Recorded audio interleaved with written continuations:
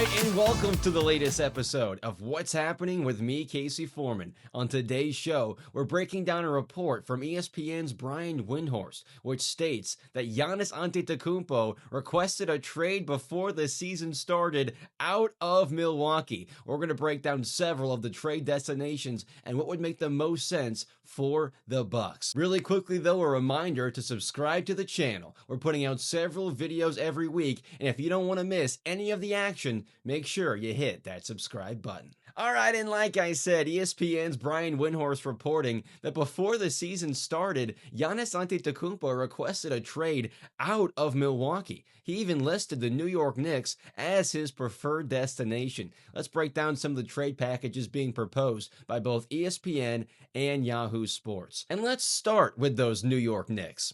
Is that realistic?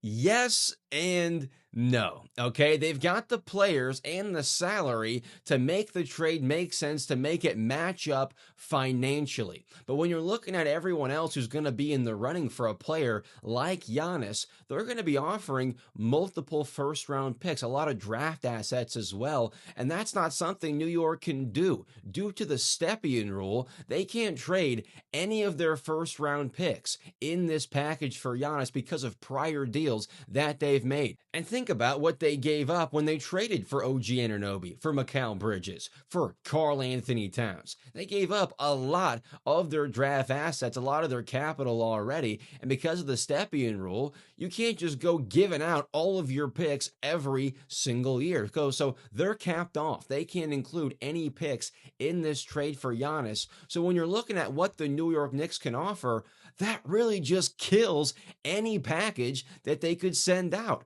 I mean, would you want a package, a deal centered around Karl Anthony Towns, or maybe a deal that's surrounding OG Anunoby and a Josh Hart?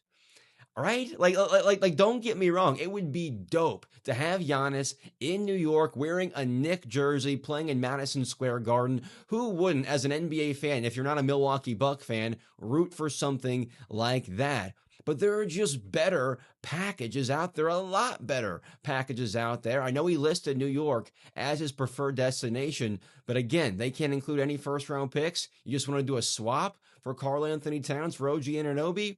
Because of their assets and how limited they are right now with this deal, I don't see it getting done in New York.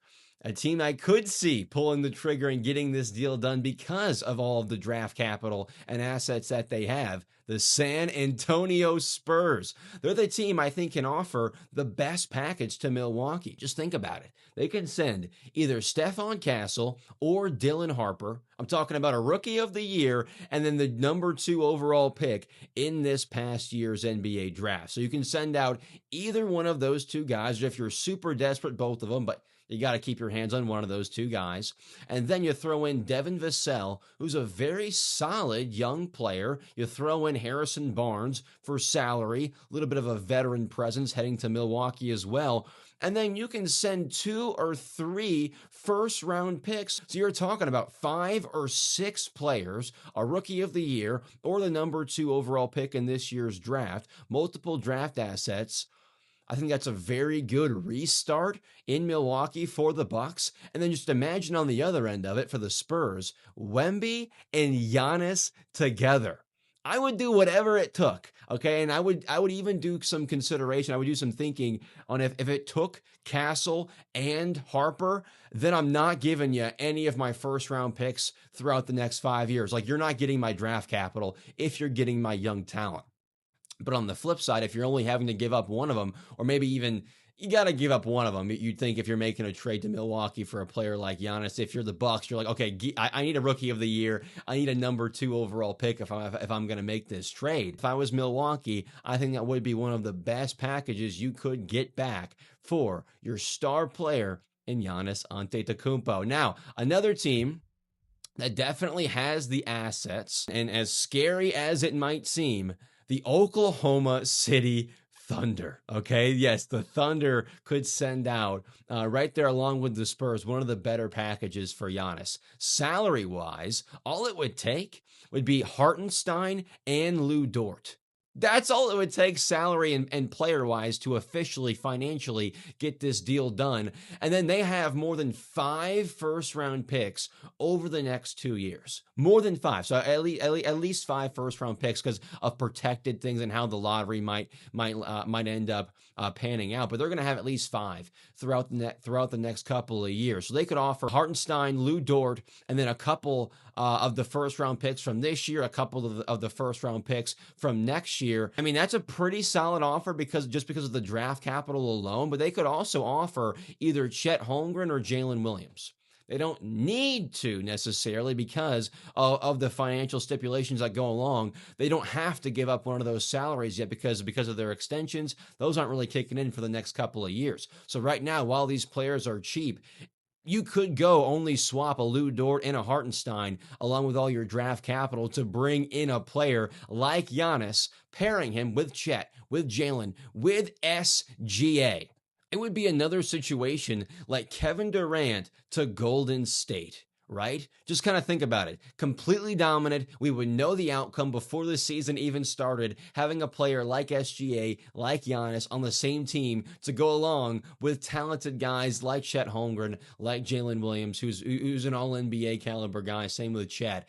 That would be scary. That would be terrifying. And yes, the Oklahoma City Thunder have the assets to get a deal done. The Golden State Warriors, talking about them and Kevin Durant, they are in a bit of a different situation now. Also, one of the teams scraping and clawing, trying to do whatever they can to get back to contention. This deal would do just that for Golden State. They've been linked to Giannis and those kind of trade rumors for some time now. But as far as what they could offer to the Bucks, in my opinion, kind of a middle of the pack offer, even though it is a decent amount of stuff that they could send to the Bucks. The offer would consist of Jimmy Butler, Jonathan Kuminga, Brandon Podziemski, as well as 3 first-round picks over the next 4 years. So over the next 4 years, you get an additional 3 first-round picks. You get Jonathan Kuminga, you get Podziemski, and you get Jimmy Butler. That's a solid deal, right? A solid deal. Not as good as potentially 5 first-round picks and some other players that Oklahoma City could offer you, or maybe a rookie of the year or a number 2 overall pick, and what San Antonio can offer you on top of draft capital. But this definitely beats out teams like the New York Knicks and some other guys who are in the contention for Giannis. So a middle of the pack offer, one I would definitely consider if I was the Milwaukee Bucks. And then if I was the Golden State Warriors, I mean, Giannis and Steph together, they would be great.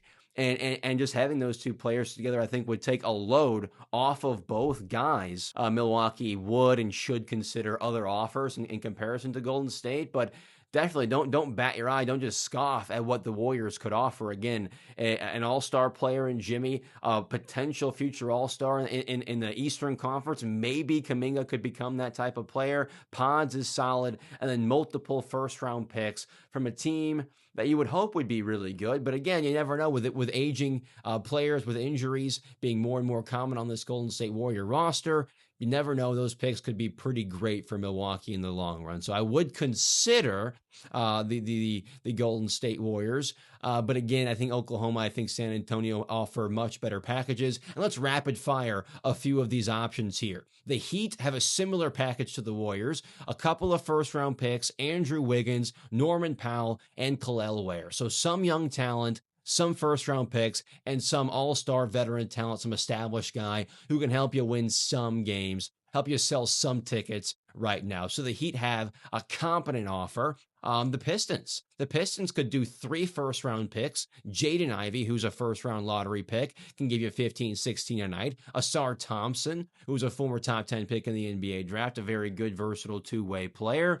And Tobias Harris, there's your kind of veteran salary sprinkled on top. So that's a decent offer from Detroit. The Mavericks could completely commit to the win now and trade Cooper Flagg. They could trade an aging, diminishing of play Klay Thompson. They could trade Daniel Gafford, Caleb Martin, and then they have 1 first-round pick available left to trade away. So they could do a first-round pick, the number 1 overall pick in this past year's draft in Cooper Flagg, and some other guys like Klay Thompson sprinkled on top to make the salaries match.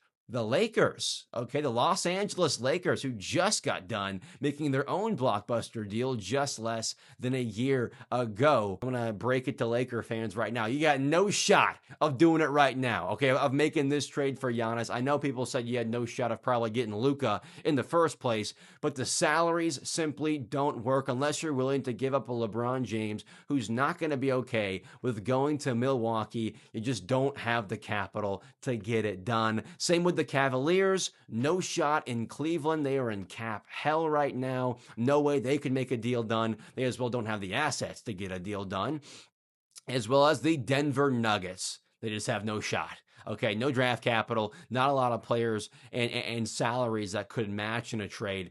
And then there's Portland, the last team I kind of want to talk about here before we wrap up the show. The only reason they're a little bit interesting, not because it could offer Giannis a chance to win a championship right now, it would be because they can get everything back that they gave up for Damian Lillard. Essentially, their draft capital, their future for the next handful of years, which is now in Portland's hands. They dictate what happens with those picks. You trade Giannis to the Trailblazers, you get those picks back. You then dictate your own future, and you have your picks back in your own hands. So I do think that is something to consider because they gave up so much for a player like Damian Lillard, who's no longer on the roster. But besides that, I'm really looking at San Antonio, I'm looking at Oklahoma City, and then kind of a toss-up, I would consider the Pistons, I would consider Golden State, and I would take a look at what the Miami Heat can offer. But get down there in the comment section. Let me know